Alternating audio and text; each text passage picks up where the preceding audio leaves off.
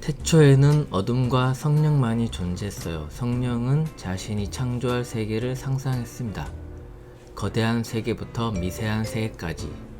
상상이 끝나자 성령은 영역으로 우주의 4가지 힘을 순식간에 창조했습니다. 그 힘을 이용해 원자 폭발을 일으켰습니다. 지구인들이 부르는 빅뱅이죠. 성령의 첫 번째 힘은 원자력입니다. 두 번째 힘은 난우주력이라고 부릅니다. 최초의 생명체들과 식물들을 만든 힘이죠. 현재 과학에서 얘기하는 4가지 힘인 중력, 전자기력, 강력, 양력과는 좀 다른 내용의 얘기를 말씀하시죠. 세 번째 힘은 난성력이라고 부릅니다. 인간은 이렇게 창조됐어요. 미셀.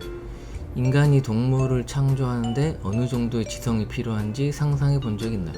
온몸을 순환하는 혈액, 박동하는 심장, 피를 정한 허파, 신경체계, 오감의 도움으로 명령 내리는 두뇌, 예민한 척수 등 지구 행성에 사는 수십억 명이 모두 다른 지문을 갖고 있다는 사실이 놀랍지 않은가요? 지구를 포함한 여러 행성의 과학자들이 인체를 창조하려고 노력했어요. 그들이 성공했나요? 그들이 만든 로봇은 인간의 메커니즘에 비하면 저급한 기계에 불과합니다. 여기서 4번째 힘은 매우 중요한 역할을 합니다. 성령이 상상한 모든 것을 구현했어요. 성령의 아주 작은 일부를 인체 속에 넣었지요. 그것이 바로 성기체입니다. 성기체는 인간 본질의 9분의 1을 형성합니다. 동시에 대하의 9분의 1을 구성합니다. 대하는 초월자아라고도 부릅니다. 우리 인간의 몸에 이 영혼과 에고와 육체 3가지가 있는데, 성기체로 불리는 영혼이 이렇게 있다면 영혼의 9분의 1 정도 부분이 이 인간에게 이렇게 걸쳐져 있는 거죠. 다시 말해 초월자아는 자신의 9분의 1을 인체에 보내 그 사람의 성기체가 되게 합니다. 동일한 초월자아의 나머지 부분은 각각 다른 인체 속에 9분의 1씩 들어가 존재합니다. 그러면서 원래 초월자아의 통합성을 유지합니다. 인간은 다른 8명의 인간들과 동일한 초월자아를 공유한다. 초월자아는 더 높은 단계의 초월자아의 9분의 1을 차지하고 그 초월자아는 더 고차원의 초월자아의 9분의 1을 구성합니다. 이런 구성 단계는 근원까지 계속 이어집니다. 성령이 요구하는 영적인 체험의 방대한 여과장치 같은 개념입니다. 첫 단계 초월자아를 윗단계 초월자아에 비해 하찮게 여기면 안됩니다. 비록 수준은 낮지만 작용은 매우 강력하고 중요합니다. 각종 질병을 치료하고 죽은 자도 살릴 수 있기 때문입니다. 의사도 포기하고 사망 선고가 내려진 사람들이 다시 살아나는 경우가 많습니다. 그들은 환자의 성기체가 초월자아를 만났을 때 가능한 일입니다. 환자가 사망한 동안에는 그의 성기체는 육체를 떠나 있습니다. 성기체는 자신의 시체와 가족들과 의사들을 내려다봅니다. 대개 성기체는 육체를 버리고 떠납니다. 병원에서 흔히 일어나는 일이죠. 하지만 가끔 통로를 지나 초월자아의 빗속으로 빨려 들어가기 전에 죽어서는 안 된다는 의지가 생기는 경우가 있어요. 그 성기체는 다시 삶을 살기를 요청을 하고 그 요청은 받아들여지기도 합니다. 인간은 대뇌를 통해 항상 자신의 초월자아와 교신합니다.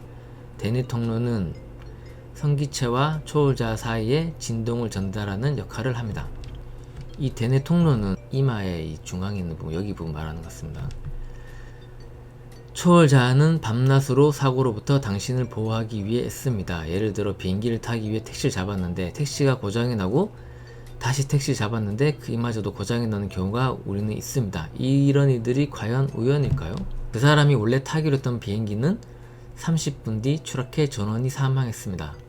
류마티즘으로 잘 걷지도 못하는 할머니가 차도를 건너갑니다. 갑자기 자동차의 급제동 시에 타이어 마찰음이 들립니다. 할머니는 기적처럼 성큼 뛰어 안전한 것으로 대피합니다. 이런 기적들을 우리가 어떻게 설명할 수 있을까요? 할머니는 아직 죽을 때가 안 됐고 초월자아가 개입했다고도 할 수 있습니다. 할머니의 초월자아는 0.01초 사이에 아드레날린을 분비시켜 안전한 장소로 뛰어갈 힘을 근육에 제공했다고 할 수 있습니다. 초월자아와 성기체는 다양하게 교신합니다. 꿈에서도 초월자아는 성기체를 불러 지시사항이나 아이디어를 전달합니다. 성기체의 영적인 힘을 보충해주거나 중요한 문제의 해결책도 제시해줍니다. 살면서 어떤 번뜩이는 아이디어를 얻잖아요.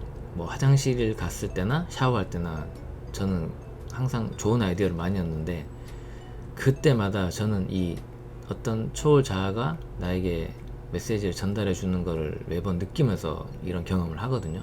이런 부분들 한번 잘 생각해 보셨으면 좋겠습니다. 그래서 잠을 설치지 않는 게 중요합니다. 악몽은 낮에 받은 해로운 것들에서 비롯되는 경우가 많습니다. 모든 정상인의 성기체는 육체가 평생 체험하는 모든 감각을 초월자에게 전달합니다. 이 감각 정보는 9단계 초월자의 방대한 여가 장치를 통과해 성령을 둘러싼 에테르의 바다에 도달합니다. 이 감각 정보가 물질 만능주의의 바탕을 두고 있을 경우 초월자는 이들을 여과하는데 큰 어려움을 겪습니다. 돈만 쫓아서 사는 삶을 살 경우 깨끗한 물보다 탁한 물을 여과할 때 정수기가 더 빨리 막히는 원리와 같죠. 인생의 경험으로 성기체가 영적인 감각을 많이 들수록 영적인 이해력은 커집니다. 지구 시간으로 500에서 1000년이 흐르고 나면 초월자는 더 이상 여과할 것이 없어집니다. 첫 번째 범주의 초월자에서 여과한 장치를 통과한 성기체는 그 초월자로부터 스스로를 분리시킨 뒤 두 번째 범주의 초월자에 합류합니다. 이 과정은 반복되는데 성기체는 영적으로 성장한 후 다음 범주의 행성으로 이동합니다. 이게 일종의 그 승단 시스템과 저는 비슷하다고 생각을 하거든요. 축구 리그도 보면 이 3부 리그를 에서 1등에서 4등 정도 하는 팀들이 2부 리그로 올라가고 2부 리그는 다시 밑에 떨어지고 또 2부 리그에서 1등에서 뭐 3, 4등 하는 팀들이 다시 1부 리그로 올라가고 1부 리그에 있는 팀들이 아래로 내려오잖아요. 행성들도 단계가 있는 거예요. 가장 동물적인 본능적인 그런 수준으로 사는 행성도 있고 그거보다는 좀 더 뛰어난 행성이 있고 영적으로만 사는 행성들 제일 아래쪽에 있는 행성에서 수백 수천 년의 삶을 살고 나서는 이제 여기서는 더 이상 경험할 게 없는 거죠. 이 영혼은. 그래서 그 윗단계 행성으로 이동하고 이런 말씀들을 하시는 것 같습니다.